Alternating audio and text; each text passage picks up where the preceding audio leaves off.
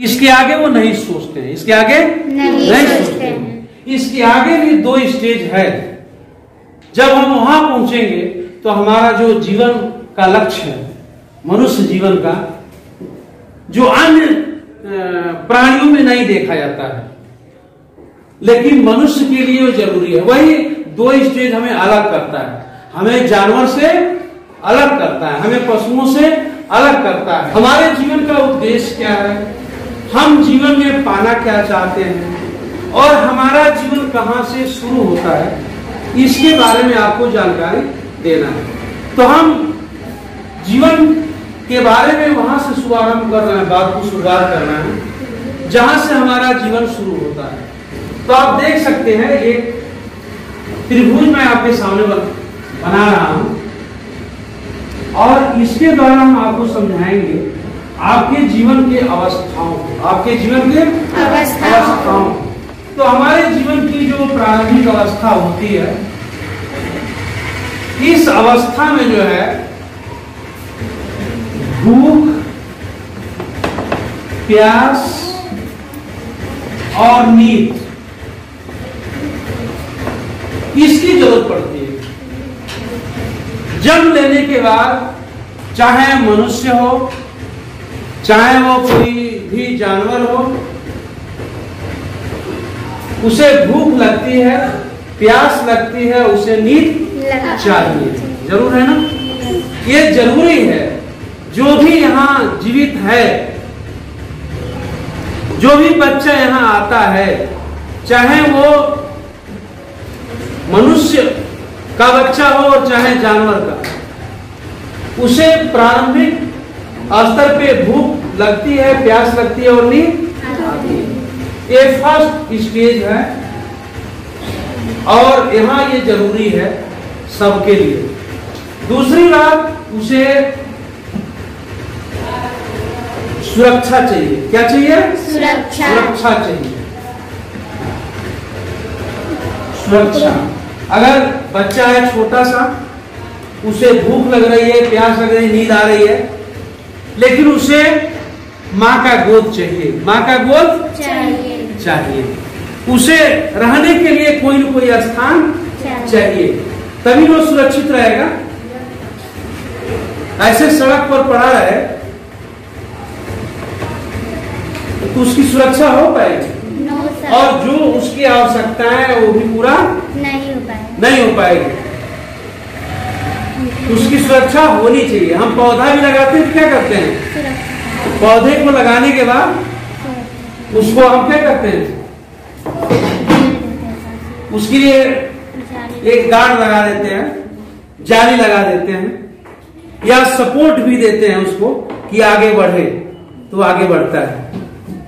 फिर उसमें हम क्या डालते हैं, सींचते हैं उसको धूप चाहिए ताकि अपना भोजन बना सके और सुरक्षित रहे, इसका भी इंतजाम पूरी तरह से करते हैं। चाहे वो मनुष्य का बच्चा हो, चाहे वो पौधा हो, चाहे वो अन्य जीव जंतु हो। तीसरी अवस्थाएं होती हैं, ये दूसरा स्टेज हो गया। तीसरा स्टेज होता है परिवार। क्या होता है? परिवार। हर किसी का परिवार, हर किसी का परिवार। जैसे आपका परिवार है, परिवार के बगैर हमारी कोई पहचान है? जो ही आप किताब खोलते हैं प्रारंभिक कक्षाओं में, सबसे पहला पाठ पर्यावरण का यही है, क्या है? परिवार। परिवार सबसे जरूरी है। किसके बाद?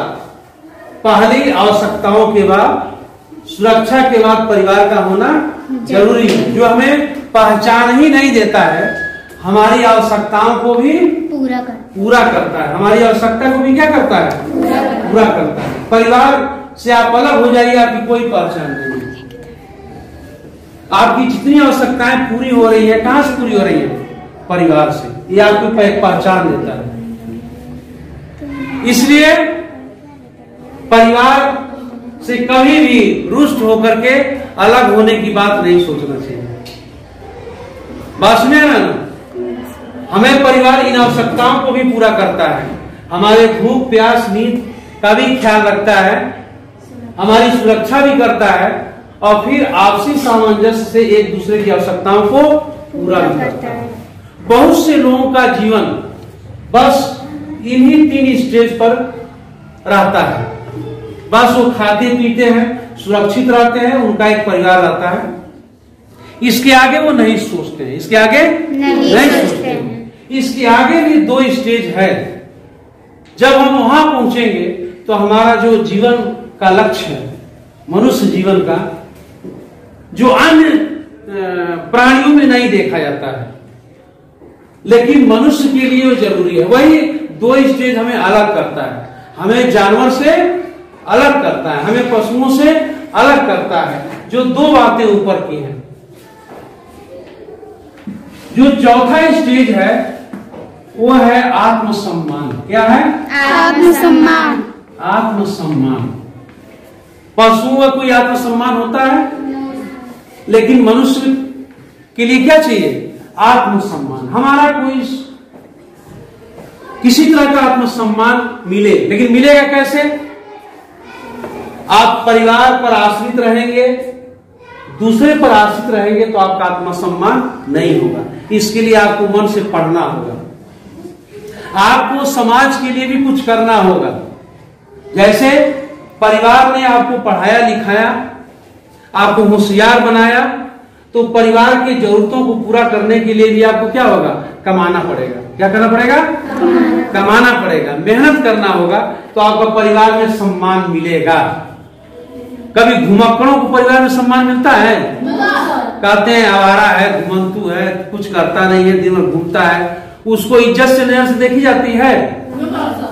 तो ये हमको आत्मसम्मान के लिए जरूरी है कि यदि इतनी आवश्यकताओं को पूरा रखा गया, परिवार में के हिस्सा हम हैं, तो परिवार के लिए भी कुछ करें, तब हमें आत्मसम्मान मिलेगा। और जितना ही बड़ा काम करेंगे परिवार से हट करके भी समाज के लिए करेंगे, हमारा आत्मसम्मान बढ़ता चला जाएगा। हमारा आत्मसम्मान बढ़ता चला जाएगा। बढ़ता है ना? तो इस चीज का ध्यान रखना है, हमको इस स्टेज तक पहुंचना है। 5वां स्टेज क्या है? आत्मबोध। क्या है? आत्मबोध। आत्मबोध ये बहुत कम लोगों में होता है। आत्मबोध तब हम जाकर के एक सामान्य प्राणी से ऊपर उठते हैं। सामान्य प्राणी से ऊपर उठते हैं। आत्मबोध में सबके लिए सम्मान, समाज के लिए सम्मान और समरसता की भावना, और मैं क्या हूं, किस लिए संसार में आया हूं, हमारा कर्तव्य क्या है, इन सबको जानना जरूरी है। जब हम आत्मबोध की अवस्था में पहुंचते हैं तो वहां पे हमें किसी तरह का भेदभाव, दूसरे के प्रति कटुता, नफरत नहीं रहती है। हम हर बात को सीधे तौर पे व्यापक रूप से समझ पाते हैं। और यहां तभी संभव है पहुंचना जब हम जो है मेहनत करके दिन रात कुछ न कुछ अच्छी बात सीखते रहते हैं। किताबों को पढ़ के सीखते हैं, अच्छी अच्छी किताबों के साथ साथ समाज के जो महान लोग हैं उनका भी अध्ययन करते हैं, अपने से वरिष्ठ लोगों से भी मिलते हैं, उनकी बात सुनते हैं और मनन करके और विमर्श करके इस मोड़ पे पहुंचते हैं कि हम कितने समाज के लिए, देश के लिए उपयोगी हैं। और लोग आपस में लड़ क्यों रहे हैं, झगड़ क्यों रहे हैं, क्या कुछ बातें हैं जो जरूरी हैं लेकिन ये ठीक से समझ नहीं पा रहे हैं। जब हम हर चीज को फैक्ट देखने लगते हैं तो हमारे भीतर एक चेतना पैदा होती है और हम भेद को भुला देते हैं और सबको देखने के लिए समरसता का दृष्टि अपनाते हैं। तो ये जो 2 अवस्थाएं हैं यही हमें अलग करती हैं और हमें मनुष्य बनाती हैं। ऊंचा उठने के लिए।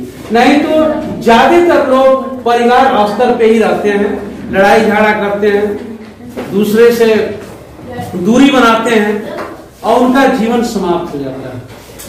तो आप पढ़ेंगे ना मेहनत से और जीवन में इन अवस्थाओं को प्राप्त करेंगे ना, तो आप यहाँ तक आ चुके हैं, परिवार तक। लेकिन अब हमको आत्मसम्मान, आत्मबोध तक जाना है। जब हम मेहनत से पढ़ेंगे तो उस स्तर तक।